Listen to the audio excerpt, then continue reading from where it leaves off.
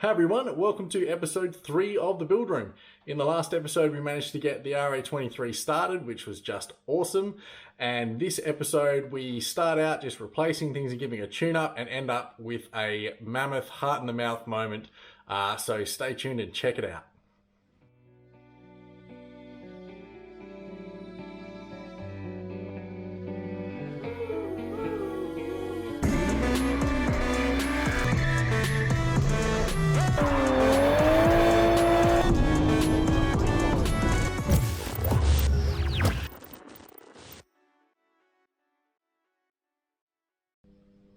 Okay, so we left off last week with a huge list of parts that I'd just gone down the shops and picked up.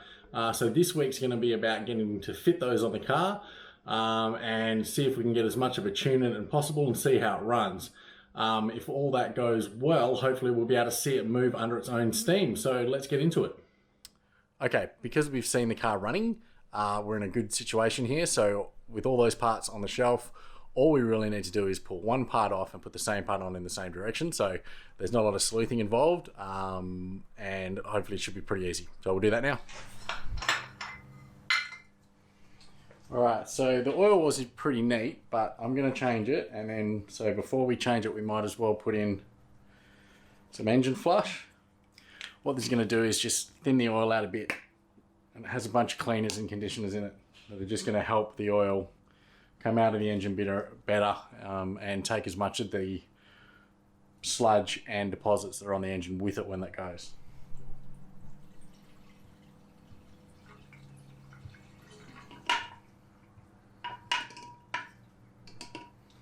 Right, and we're going to have to run the engine for about 15 minutes and we'll do that before we do the oil change, but for now I'll try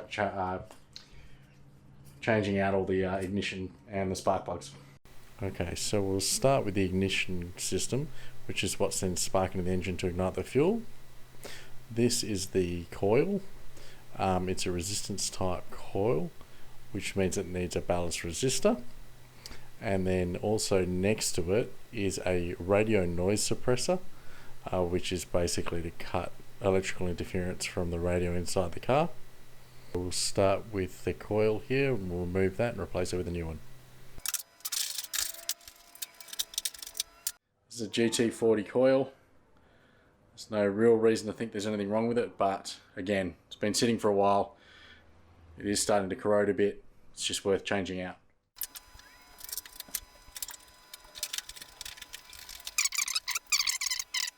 Now, I don't intend to do leads because the leads look like they're pretty good. And I'm going to do the points and then we'll need to adjust them later. So we know that we have these ordered by the number that's on the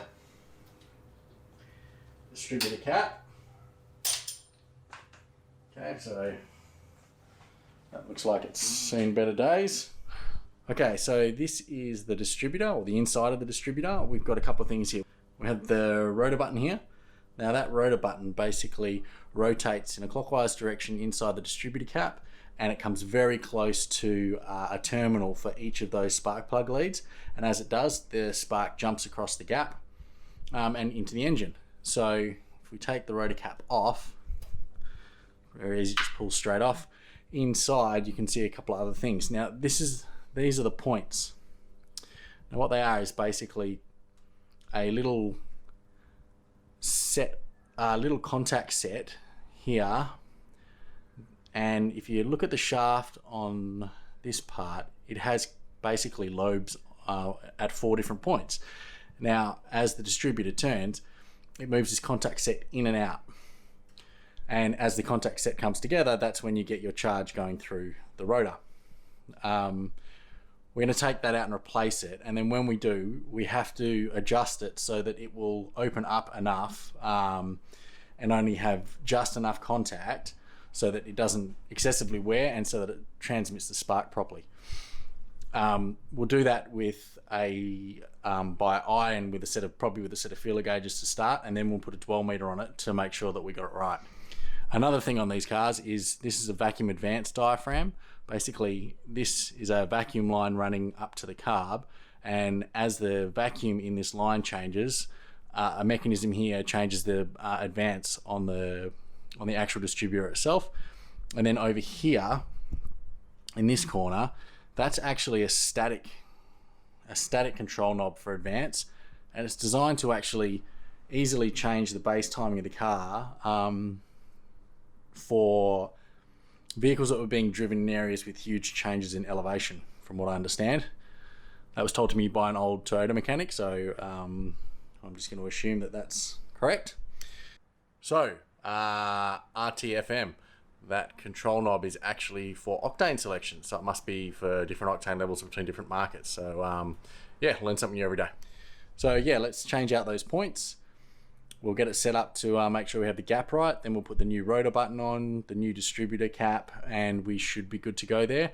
We're also going to replace these vacuum lines because if they leak, you can get screwy timing at idle. It's not good. The screws in these are quite soft, so you've got to be careful not to round them out. I prefer actually just to use a big flathead and see if I can get it that way first. And if it doesn't, then I can revert to a Phillips.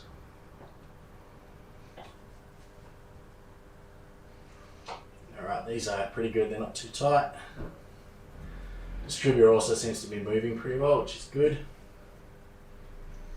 Now, make sure you don't drop the screw down into the distributor. That's not great. Out. I probably need a magnetic parts dish. This screw's not as good, but yeah, okay, it's going to come loose.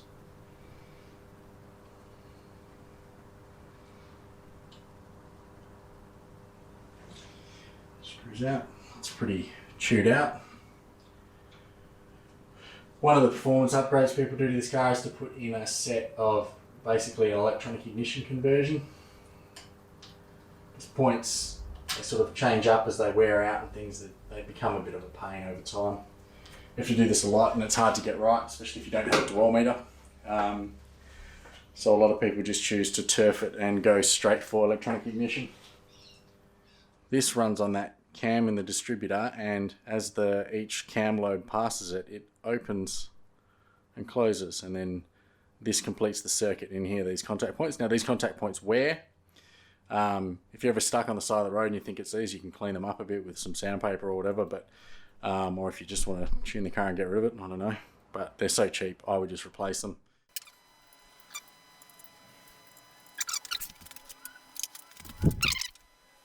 Okay, so if we look close up, we have done up this bolt down here on this side. It's not tight. We still need some movement, and then this one over here is a bit looser, and it's designed to just slide backwards and forwards. And when I do that, it changes the angle, the distance of that cam follower against the cam of the distributor shaft. So that hump there is the cam. So we just move it in and out, out and in to change that gap. So what we'll do is we'll adjust the engine so that that follower is on the top of a cam, and then we'll make sure that we've got the right distance there, and that's basically according to the manufacturer's manual. So we'll do that first, and then we'll get this wire hooked back up. Okay, so in the manual we have adjust the point gap. The diagram here shows the follower on the top of the lobe, and it's asking for a 0.45 millimeter gap between the contact sets. So we're going to go and adjust that now. The way we're going to do it is with a set of feeler gauges. Now, basically these are just a set of pieces of metal, tongues, that are different thicknesses. So there's all different thicknesses here. So 0.28 of a millimeter, 0.3 of a millimeter, and it goes on and on. So all we need to do is find 0.45 of a millimeter. And then we're adjusting this. Now this ends up being kind of you've got to do it a few times and feel for it before you really understand it. Because what you want to feel is a light drag on this contact point to know that it's wide enough. If it's too loose, then you probably haven't got the gap tight enough. And if you're doing it up too tight, you're basically just wedging it in there, and then you are making the clearance. especially on a contact point that's going to move away. If you jam something in there, it's going to push it further away, so it's really of no value. So what I'm going to do is drop that bolt, but we don't need that, that's fine. Let's just see where I should be. It's closed up. Let's tighten it up. And then see where we're at. So it's out now. Yeah, and I'd say that's still too loose. It's not really got drag the whole way. It's got drag if I take it off angle. But going straight through, I think we've still need to be a little tighter. So just visually looking at it, trying to shrink that down a bit.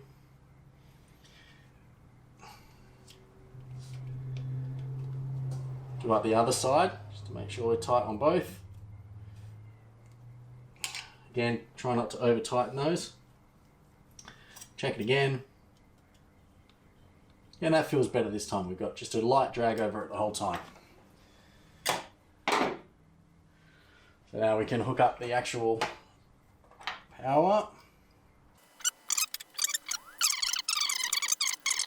So I've tightened that back bolt up. You can't check the dwell without the car actually running, so I'm going to pop the rotor button and distributor in now.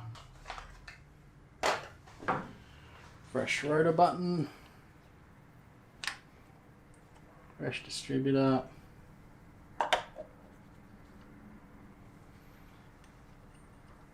Clamped on.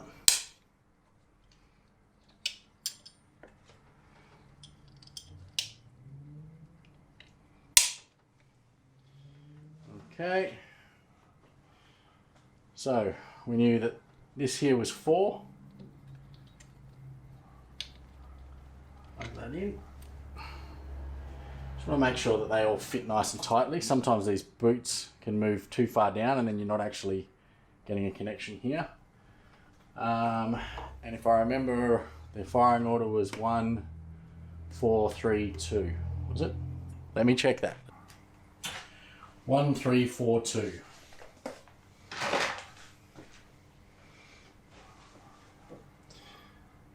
So 1.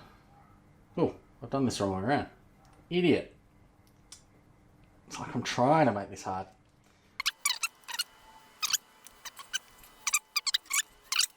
So now we'll do the spark plugs. These are NGK BP5E wires. These are basically the standard plug for old cars. Yeah, they're on lots of different cars. Auto stores normally have plenty of them in stock, so you shouldn't have any problems. Yeah, it's not too hard to pick them up.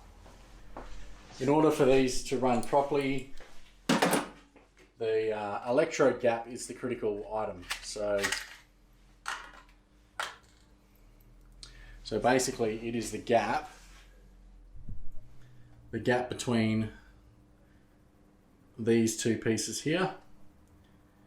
Now, most plugs come pre-gapped now, although I haven't worked on one of these in a long time, so I'm just going to check. Now, the plug gap should be 0.7 to 0.8 millimeters apparently. We're just going to run the standard gap. This is a standard engine. Putting colder plugs in it, or tightening up the gaps or widening the gaps is not really going to make that much difference to it. Just have decent quality plugs in it and change them regularly.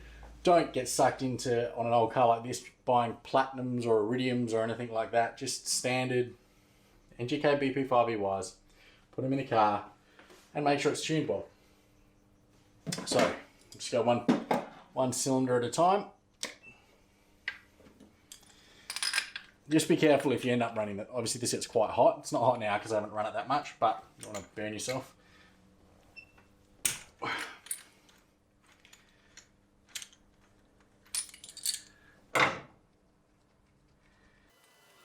So old plugs out. Filler gauges again. We're just looking for a slight drag. Now that does have some drag, not a whole heap. Just going to try a 0.8. Alright, so these look like they're gapped to 0.8. I'm comfortable with that.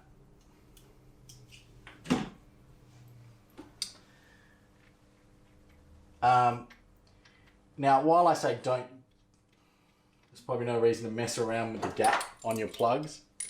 It is smart to check the gap on your plugs because you never know when one's been dropped and tightened up the gap, or someone else has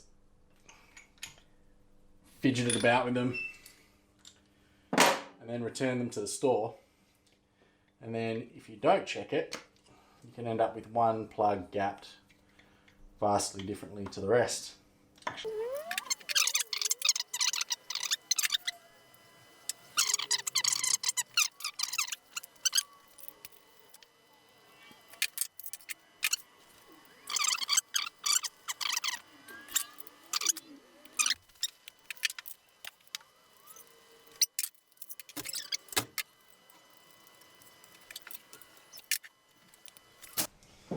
Okay, new plugs. Give it another start.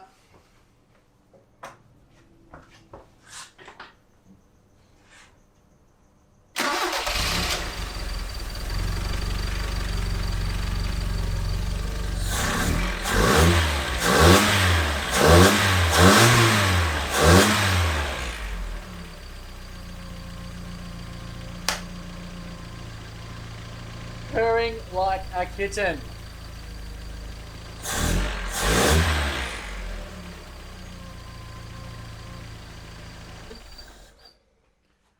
Alright, so that's running a lot better. So yeah, these plugs were pretty fouled. I tried to clean them up, but probably didn't have the right brush for it, and who knows how old they are. So that's really awesome. That's running really quite well. I'm pretty sure that once we give it a proper tune, so I mean we've changed a lot of parts, but we haven't set the dwell. We haven't checked the valve clearances. We haven't retimed the car. It's pretty close at the moment, but it could probably be better. Okay, so one of the things I haven't shown you guys yet is we need to change the condenser. Now the condenser just sits on the bottom of the distributor here. It's just a single wire that goes around and connects to the back of the distributor here. And we just basically need to swap it out for a new one. It's a pretty easy job. So we'll do that now. I don't have to go through it in detail. Okay, so I've replaced the condenser now. You can see the new one there.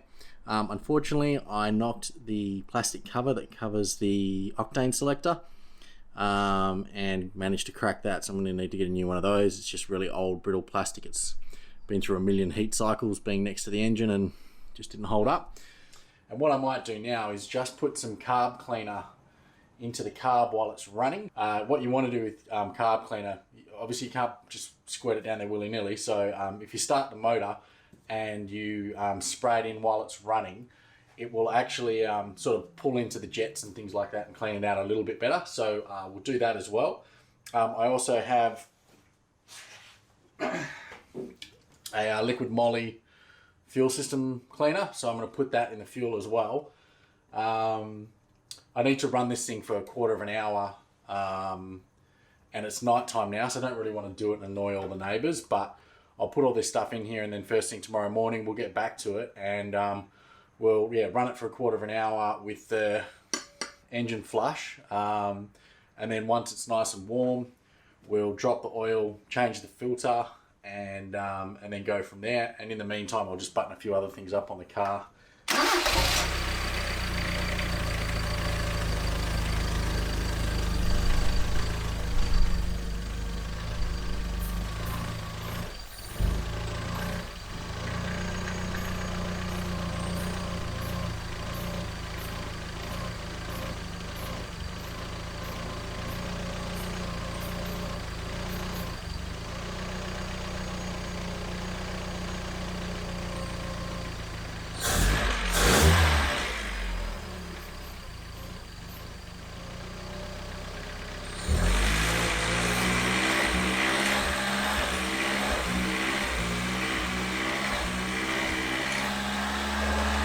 Just to illustrate, this is see here, that shiny area on this hose here, it's actually the fuel hose leaking.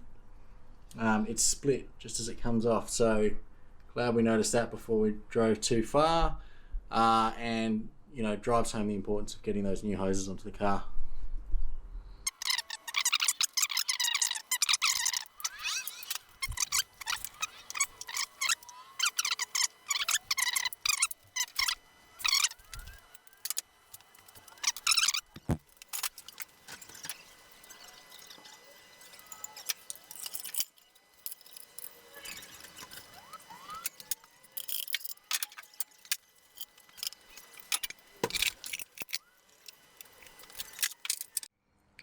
Okay, so it's the next day. We actually ended up having a storm come through, so I had to put this outside and bring one of my other cars in. So I had to put the bonnet back on, which I've done. So while I was doing that exercise of spraying the carby cleaner into the carby, what I actually did notice is that there was some carby cleaner that had come out of the bottom of the carb. Just give me 2 seconds. So basically,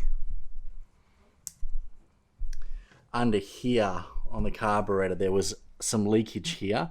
Now, I thought that this was potentially just a gasket issue. So I tried to tighten up this bolt here. I don't know if you can see that. That bolt there holding the carb down just to see. And it doesn't seem to be doing up. So we've got a couple of things here. That stud could be threaded. I'm not sure. Or it could just be it was really loose and I've tightened it up a little bit, but it wasn't enough. I just didn't want to crush the thermal. I think it's a thermal spacer. It's a spacer anyway. I think it's designed to stop the heat from the manifold from traveling up through and heating up the carby and boiling the fuel and things like that. So I didn't want to crush that too much. So what I might do is I'll just take this air cleaner back off again, and then we'll have a look at it and I'll show you what I'm going to try.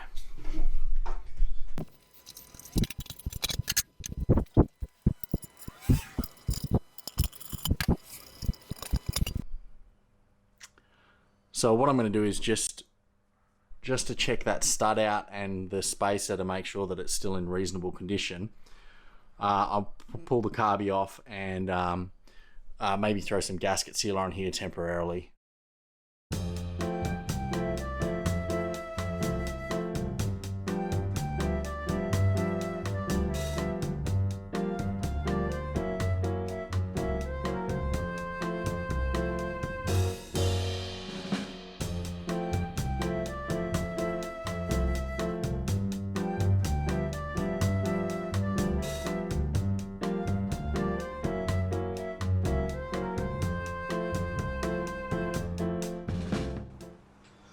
That's the top gasket. I'm just going to put the carby to the side. It's not really super important at the moment. So now if we're looking at... So carby sits on top of here. This is the intake directly to each of the 4 cylinders. And then this is that spacer that I was talking about. Yeah, okay, so the gasket there is garbage, hot garbage.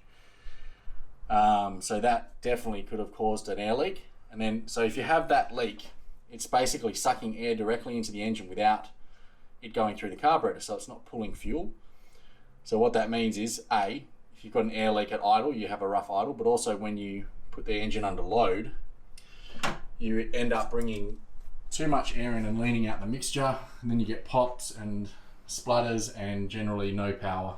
The temporary fix for today is going to be basically a silicon sealer in there until the proper gaskets arrive, just to try it out and see whether that's, so I'm not chasing other problems. So yeah, we have a fuel resistant RTV silicon. This is stuff by Permatex. It's a gasket dressing and sealant, so you can do what I'm going to do and try and reuse the gaskets and put this sealant on them to, I guess, give it a little bit more seal capability, and if there's any cracks and things like that, and it helps with that. But I think you can also use this just as a seal itself, so you literally just squirt it on the 2 surfaces and then make them together. But it is fuel resistant, so.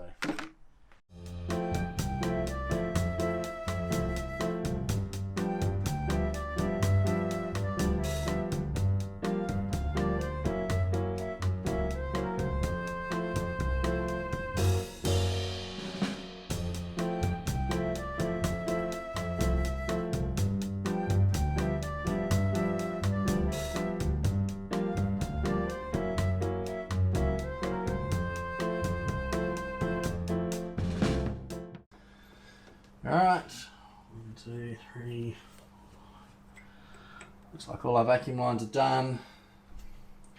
We should be good to go. Now this will, what I'm going to do is just start it off without the linkage on. This will be a pain to put on. I'll just do it last if I need to. I can operate the carby just from there anyway. So, a couple of squirts, try and give it a start. I'd imagine it's going to run pretty poorly to start with and then hopefully smooth out.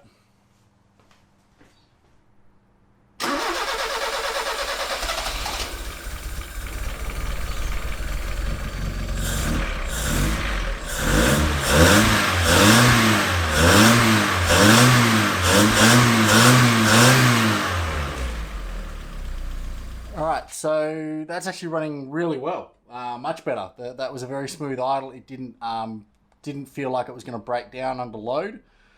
So I'm pretty confident now in letting that idle for a good quarter of an hour, because remember we put the engine flush in and we needed to run it through the motor for 10 to 15 minutes at least.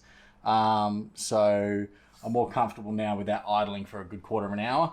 And then we'll drop the oil, put a new filter on, and then fire it up again.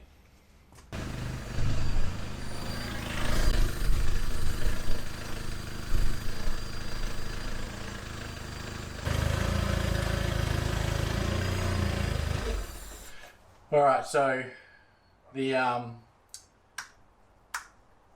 engine should be pretty warm now. The oil should be warm. It's the temperature of the car itself has been good. It's only sort of just registering, so I'd say the radiator and the cooling system's working well. I'm a little concerned that the oil is too thin. I'm actually getting a slight oil light on the dash, just sort of flickering on and off. That may be because we've put some cleaner in here, which does thin out the oil.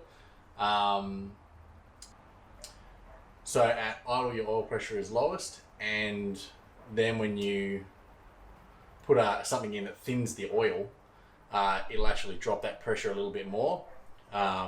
So the light's flicking on, and then if you give it some revs, it pumps back up. But I just don't want to keep heating up the oil and dropping that viscosity now. So I'm actually just going to drop it now and put new oil in, and then we'll see whether that fixes the oil light, because you don't want to mess around with an oil light. The last thing you want is to lunch the motor when we've just got it running. This is our drain plug in our sump, so we're literally just going to undo that. We'll drain into this, and then we'll top it up with fresh oil.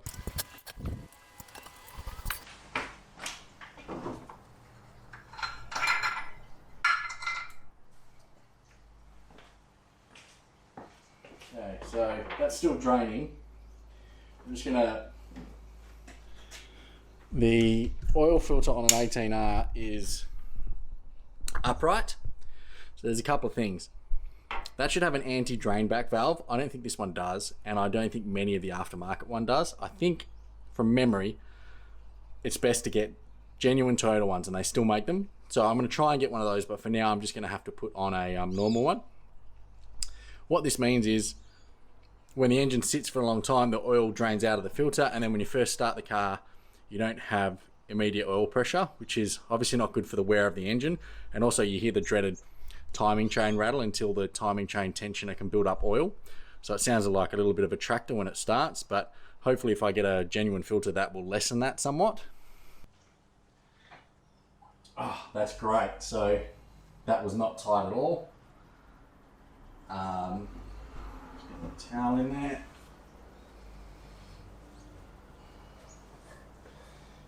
Oil filters don't need to be tight. People go overboard, and the other thing they do is they don't grease them when they're putting them in. They should be relatively easy to get off most times. It's going to puke oil everywhere. Let's see.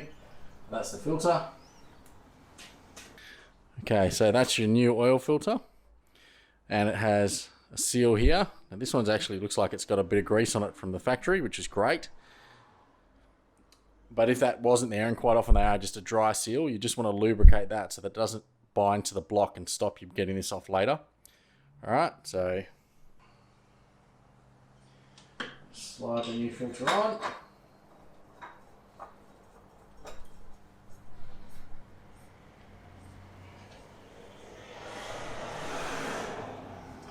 Like I said, only hand tight.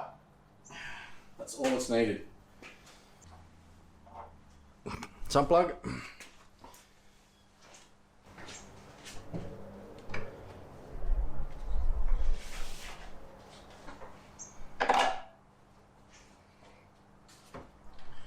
Right, little trick to pouring oil out of a can easy.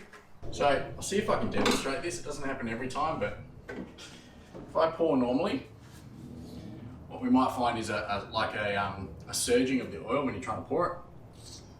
Yeah, and you can hear it trying to suck in air. Just turn it from its side. That way the air can get past and it'll just flow freely. It's much easier.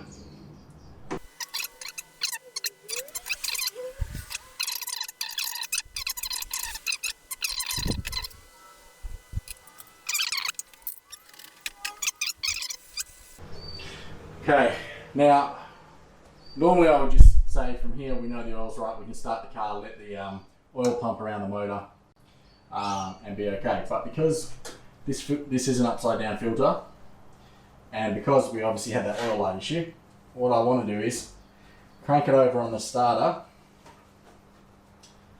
just see if we can get that oil pressure back before we try and start it over properly. So I'll simply just remove the main ignition lead and we'll crank it up. We'll see if the light comes off. We have charge and oil lights on, and we're like the original time we cranked this over, we're just looking for the oil light to go out.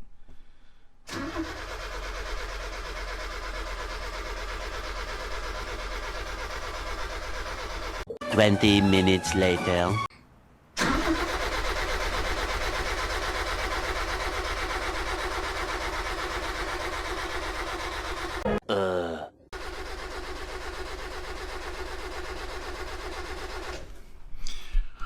Alright, that's not great. So, no oil pressure. It could mean that the pump was failing and has just taken this opportune time to crap out. It could be that the oil pump has sucked something up, which is stopping it from pulling oil in, or it could mean that there's a problem with the actual sensor or the gauge or the wiring in between. But either way, I'm not going to run this motor extensively with that light on. That's a bad idea. So first things first, I'll try and figure out whether it's the gauge or not. Okay, so I'm actually just going to pull the sensor unit off and see if there's anything obvious there.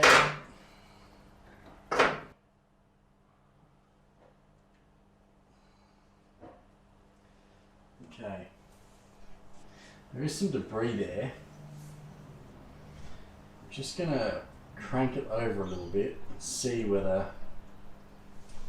it squirts any oil.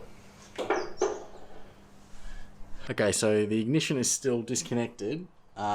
This is the hole where the sender goes, and we're just gonna see if when we're cranking it over it does try and push oil out of that hole.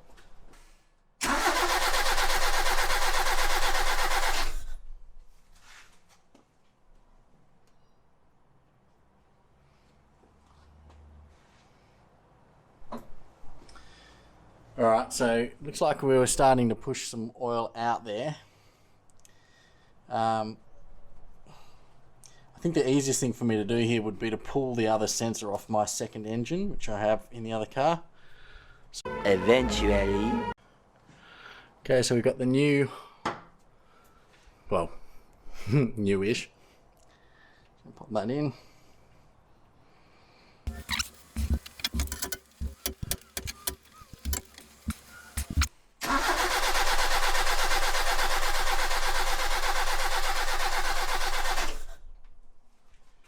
Okay, success. That, unbelievably, that oil light is gone off. So let's just check that. So, put the new sensor in. Let's try and start the car. Oil light is gone, as quick as that. So, that's a really good sign. That was freaking me out. Okay, so that is awesome news. I am amazed that just seems to have failed. in the short time that I've been messing around with the car. I was really, really worried that we actually had a problem with the oil pump or something more catastrophic in the motor, and I was only going to and from the car checking the temperature and then looking in the engine bay, so I didn't really know how long it had been flickering with that low oil. So I was kind of hoping that I hadn't just run it for a quarter of an hour with no oil pressure, which would be catastrophic. So yeah, it seems like we have oil pressure. We have new oil. I'm going to fire it back up again and just check that oil is at the right level. And then I think I'm going to call it quits for the day and end on a really positive note. Yeah, so we'll just get that done, and then I'll tell you what's up next. Okay, so it's a couple of hours later and my heart rate is finally returning to normal. I've rechecked the oil. It's at bang on the right level. I've run it for 15-20 minutes. Everything seems fine. It's very quiet. If there was something wrong with the oil pressure, the tensioners would have lost oil and you'd hear that timing chain rattle again. So everything sounds like it's running really well, and it's certainly a load off my mind. So the question is, what is in store for next week? Now, as I said, the car is running well. It's certainly idling well and revving fairly freely. I don't think it would hold up under load. That carby really does need the kit run through it. Now, unfortunately, with the state of the world at the moment, that's liable to be a couple of weeks away, so I can't rely on that for next week. So instead, what I might do is see if I can get it ready for its maiden voyage anyway by bleeding the brakes, changing the transmission and the diff oil, throwing a new thermostat in, flushing the radiator, all those kinds of just general maintenance things that we haven't managed to cover today. And yeah, if that works out, then we'll be on the road. So considering how much work we've just done and the issues I've encountered, I'm pretty sure this is going to be a mammoth episode in the 35-40 minute mark. I'm going to apologize for that in advance. I'm aiming for about 30 minutes with the episode length. So I am really enjoying working on the RA23, but in the end, these episodes are being made for you guys. So look, if you think they're too long or I'm not going into enough detail, or if you've got any other critiques or criticism, throw them in the comments below and I'll see what I can do. For now, I just want to say thanks for watching episode 3 and hopefully I'll see you next week. All right, thanks. Bye for now.